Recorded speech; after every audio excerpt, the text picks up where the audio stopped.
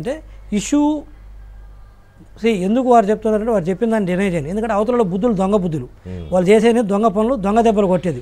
ఎవడన్నా మగాడ అయితే ఒక రెడ్డి అయితేనో లేదా అవతలోడు కాడితే అవుతున్నాను రెడ్డి అంటే ఇక్కడ కులాల గురించి మాట్లాడుతుంటే రాజకీయాలు చేస్తే దమ్మున్నో లెక్క చేయాలి, కానీ ఇక్కడ దొంగ దెబ్బలు ఎన్నుపోట్లు ఇవి కాదు. నువ్వు దమ్ము ఉంటే దమ్మున్నో లెక్క రాజకీయాలు చేసి చూసుకుందాం. పోలీసు వాళ్ళని పెట్టుకొని వాళ్ళ డబ్బులు ఇచ్చి వాళ్ళ చేతలు కేసులు పెట్టించి మేము ఎలక్షన్ టయానికి పని చేయనీయకుండా ఏజెంట్లను తీసుకుపోవడం ఇది కాదు మగోడి పని. పనిచేసే విధానం నువ్వు సిద్ధమని కేకలేయటం కాదు. సిద్ధం అంటే ఇది ఇలా ఉండాలి, దమ్ము చూపించు, అప్పుడు సిద్ధమని తెలుస్తుంది. డెమోక్రటిక్గా సిద్ధం ఉండాలి. మళ్ళీ దమ్ము అంటే మళ్ళీ దెబ్బలు తెచ్చుకోవడం, భుజాలు తెచ్చుకోవడం, దమ్ము చూపించడం అంటే ఎదురెదురు నిలబడి యుద్ధం చేయడం. అంతేగాని ఇక్కడ బయటికి సిద్ధం అని చెప్పేసి లోపల దొంగ దెబ్బలు తీస్తే అది సిద్ధం అనరు, అది మగాడతనం అనరు, అది ఇంకొకటి ఎవడు చేసే పని కాదు. అది వాళ్ళు చేసే పనులు అట్టాటి, వాటికి ఇంకా వేరు పేర్లు పెట్టాలి.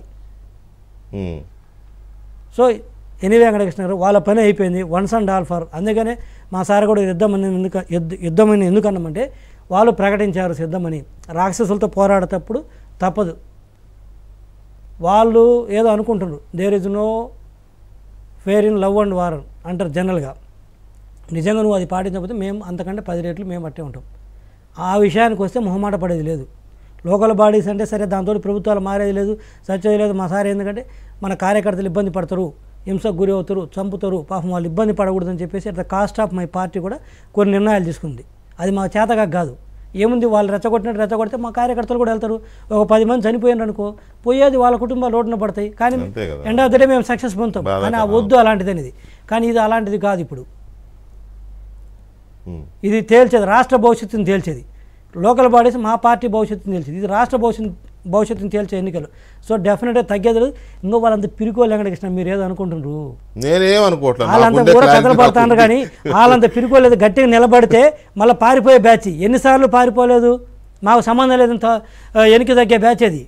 మాకు తెలుసు కదా ఎవడి కథ ఏందో ఎవడేంటో మొత్తం తెలుసు.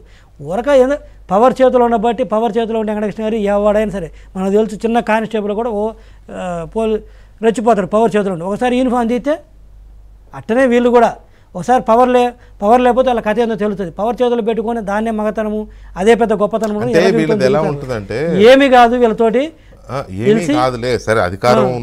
ఎవడేం భయపడేది లేదు. అధికారం పోయిన తర్వాత అది ఉండదులే. కానీ కాకపోతే ఎలా ఉంటుంది అంటే వీళ్ళది కసి